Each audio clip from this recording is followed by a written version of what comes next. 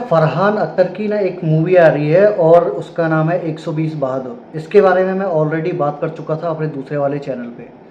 इसका एक trailer out किया गया है और ये नवंबर में आएगी, मे बी 21 नवंबर को।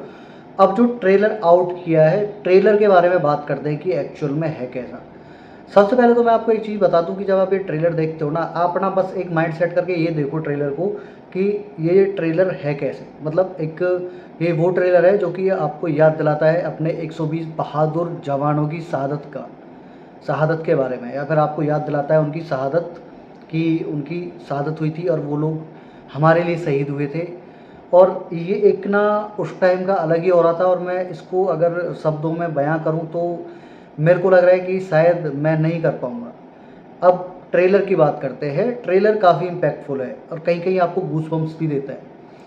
इसमें सारी चीज़ें दिखाई गई हैं। और देखो, इसमें एक चीज़ मेरे को काफ़ी अच्छी ये लगी कि उन्होंने ना सीधा बोला कि हम किसान के बेटे हैं, या फिर आप किसान के बेटे हो और हम लड़ना हमारा काम है। और हकीकत में भी अगर देखा जाए तो मोस्टली क्या है कि जितने फ़ौजी होते हैं वो गांव गांव से ही बिलोंग करते हैं, गांव से कस्बों से ही ज़्यादातर जो अपने जवान हैं वो निकलते हैं, जहाँ तक मेरे को पता है। हो सकता है कि देखो बाहर से भी निकलते हैं, लेकिन मेरे कहने का मतलब है ज़्यादातर जो बच्चे होते हैं, जो जवान बनते हैं, जो फ़ौजी बनते हैं, उनका एक एम यही होता है, जो गांव के लोग होते हैं, कि भैया उनको फ़ौज में जाना है। समझ रहे हो?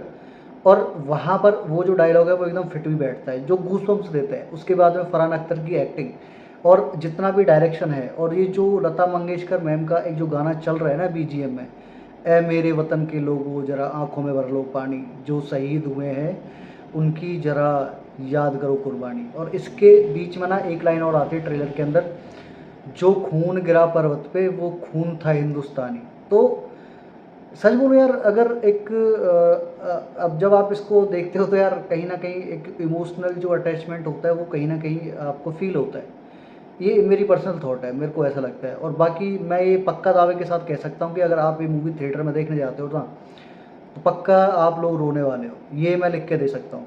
कोई अब एक होता है कि आप ज़्यादा ही हार्डकोर, मतलब एक होता है हार्ड हार्ट वाले, तो बहुत लोग होते हैं ना, फील ही नहीं होता उनको कुछ, तो एक वो चीज़ है। बाकी भाई मेरे को नहीं लगता कि कोई भी एक ऐसा इंसान होगा कि जो बिना रोए थिएटर से बाहर आए। 21 नवंबर का बस मैं वेट कर रहा हूँ, और मैं बाकी तो मूवी को देख के ही बता पाऊँगा क्या है। और बाकी हम और ज़्यादा इसके बारे में बात नहीं करेंगे, क्योंकि ऑलरेडी इसके ऊपर जो है पॉलिटिकल मुद्दा बन चुका है। कई लोग आ गए हैं, और एक अपने हीर भाई थे, कोई मेरे को नाम याद नहीं है, बस मैंने पॉडकास्ट देखा था किसी के साथ में, हल्का सा, मतलब छोटा सा एक क्लिप था। तो वो बोल रहे हैं कि हम लोग केस ठोकेंगे फरहान अख्तर के ऊपर।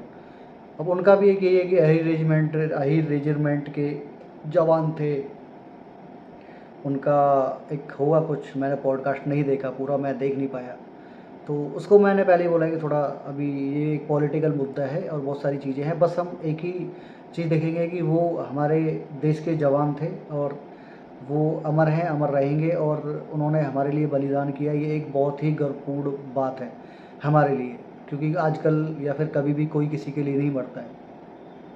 बस मैं इतना ही बोलूँगा, ज़्यादा बोलूँगा तो यार बहुत सारी चीज़ें हो जाती हैं, काफ़ी लंबा चला जाता है टॉपिक भी। अभी के लिए बाय।